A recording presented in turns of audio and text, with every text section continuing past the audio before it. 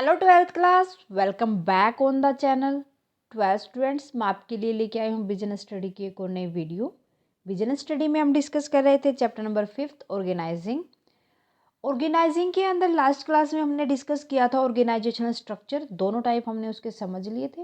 वो previous video आपने देख ली होगी, नहीं देखी है तो बच्चा फटाफट से प्लेलिस्ट में जाएं और देख लें। आज की क्लास में हम स्टार्ट करने जा रहे हैं फॉर्मल ऑर्गेनाइजेशन। फॉर्मल ऑर्गेनाइजेशन होती क्या है, सबसे पहले इसके मीनिंग की बात करेंगे, फिर इसके फीचर्स की बात करेंगे, एडवांटेजेस एंड डिसएडवांटेजेस की बात करेंगे। So let's start the topic with the meaning of formal organisation.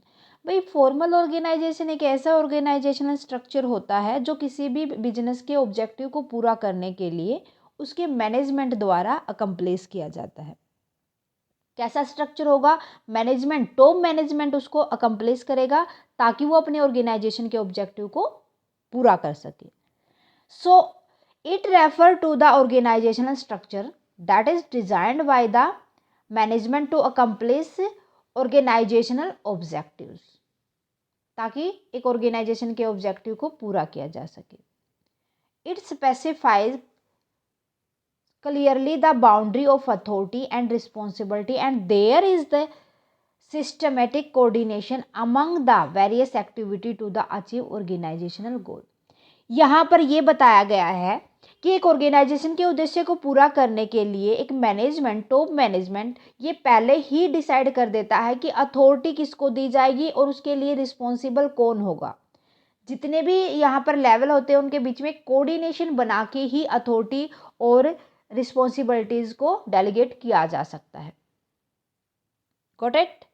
So definition की बात करें, लुइस एलन ने कहा था कि system of well defined job each bearing a defined measure of authority, responsibility and accountability, कि अगर हमने अच्छे से सिस्टमेटिक वे से किसी बंदे से काम करवाना है तो सबसे पहले डिफाइन करके चलो कि अथॉरिटी किसकी होगी और उस काम की रिस्पॉन्सिबिलिटी किसकी होगी और अकाउंटेबिलिटी किसकी होगी। ये अगर आपने पहले से डिसाइड कर रखा है तो आपकी ऑर्गेनाइजेशन के उद्देश्य को पूरा करने में कोई भी रुकावट नहीं आएगी। ओके, क्लियर है? इसके बाद हम बात कर लेते हैं फॉर्मल ऑर्गेनाइजेशन के फीचर्स की। सबसे पहले हमें ये पढ़ा था किसके द्वारा ये डिजाइन किया गया था? मैनेजमेंट के द्वारा। So it is deliberately created by the top management. कौन इनको डेलिबरेट करके चलता है? Top management. It is based on rules and procedure which are in written form. पहले से ही फॉर्म कर दिया जाता है कि क्या क्या रूल होंगे, क्या क्या उसके लिए रेगुलेशन होगी और उसका प्रोसीजर क्या होगा।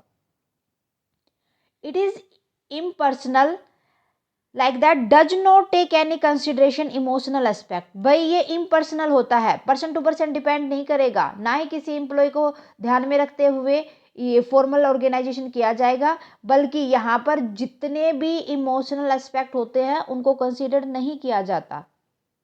ये इसके मेन फीचर के अंदर आप मार्क आउट करके चलोगे। It clearly define the authority and responsibilities of every individual. हर एक बंदे को क्या काम करना है, उसके क्या क्या अथॉरिटी होंगी, कहाँ पर वो डिसीजन ले सकता है, कहाँ पर डिसीजन टेकर होगा, मीन्स कहाँ पर वो डिसीजन मेकर होगा, उसकी रिस्पॉन्सिबिलिटीज क्या क्या होंगी, कहाँ वो जवाबदेही होगा, ये हर एक इंडिविजुअल के लिए पहले ही क्लियर कर दिया जाता है।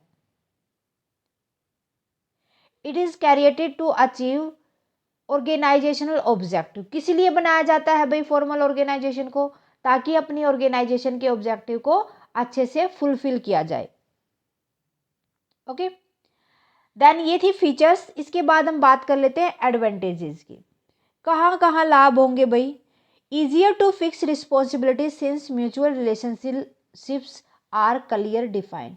अगर दो, एक सुपीरियर एक सबॉर्डिनेट है, उनके बीच में अच्छे रिलेशनशिप है, उनके म्यूचुअल रिलेशनशिप बहुत ही अच्छे हैं, तो उस टाइम पर रिस्पॉन्सिबिलिटीज़ को फिक्स कर दिया जाता है उसको, क्योंकि अगर उनके म्यूचुअल रिलेशनशिप अच्छे होंगे तो उनको उनके ऊपर क्या होगा? विश्वास होगा। हाँ, ये बंदा रिस्पॉन्सिबिलिटी लेने के लायक है, तो हम इजीली वहां पर रिस्पॉन्सिबिलिटी को फिक्स कर देंगे।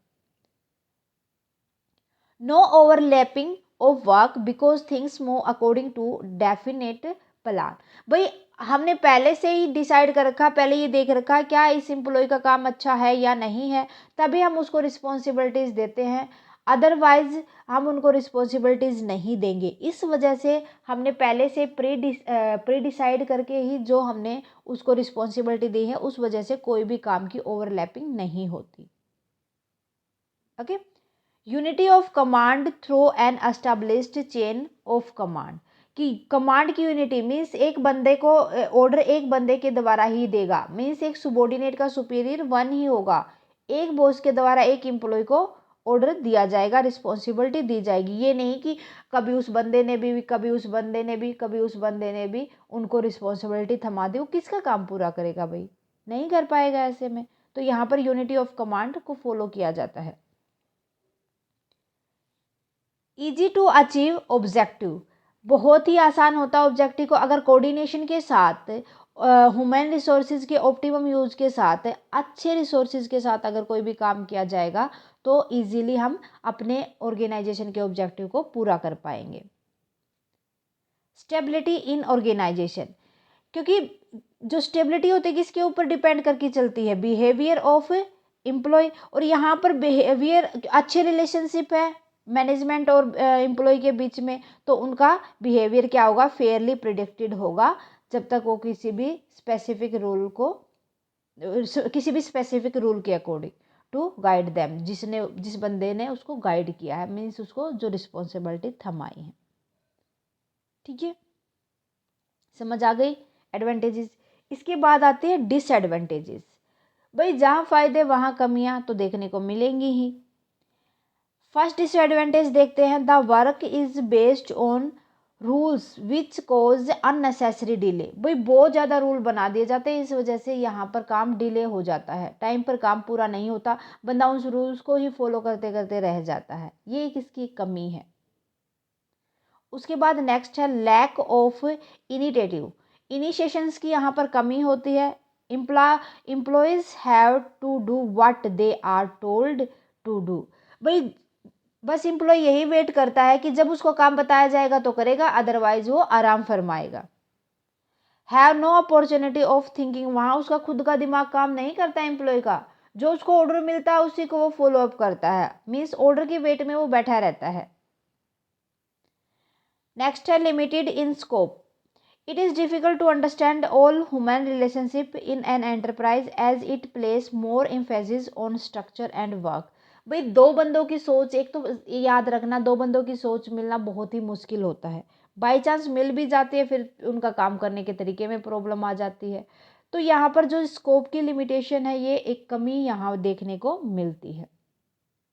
ओके, सो ये था हमारा टॉपिक फॉर्मल ऑर्गेनाइजेशन। होप आपको अच्छे से समझ आ गया होगा, इसके फीचर्स क्या क्या होंगे, मीनिंग क्या था इसका, इसके एडवांटेजेस डिसएडवांटेजेस। सो आज के लिए बस इतना ही मेरे ख्याल से। नेक्स्ट क्लास के अंदर हम इनफॉर्मल ऑर्गेनाइजेशन को अच्छे से समझ लेंगे, उसके मीनिंग को, फीचर्स, एडवांटेजेस, डिसएडवांटेजेस को। सो आने वाली क्लास को बिल्कुल भी मिस ना करें। आज वाली क्लास कैसी लगी प्लीज़ मुझे कमेंट सेक्शन में लिख दें। अच्छी लगे तो प्लीज़ लाइक और अदर स्टूडेंट के साथ ज़्यादा से ज़्यादा शेयर करें। अगर आप चैनल पर नए हैं तो फटाफट से साया कॉमर्स क्लासेस को सब्सक्राइब कर ले, बेल आइकन को दबा लें ताकि आने वाली नई क्लास की नोटिफिकेशन आपको मिल सके। Thank you student.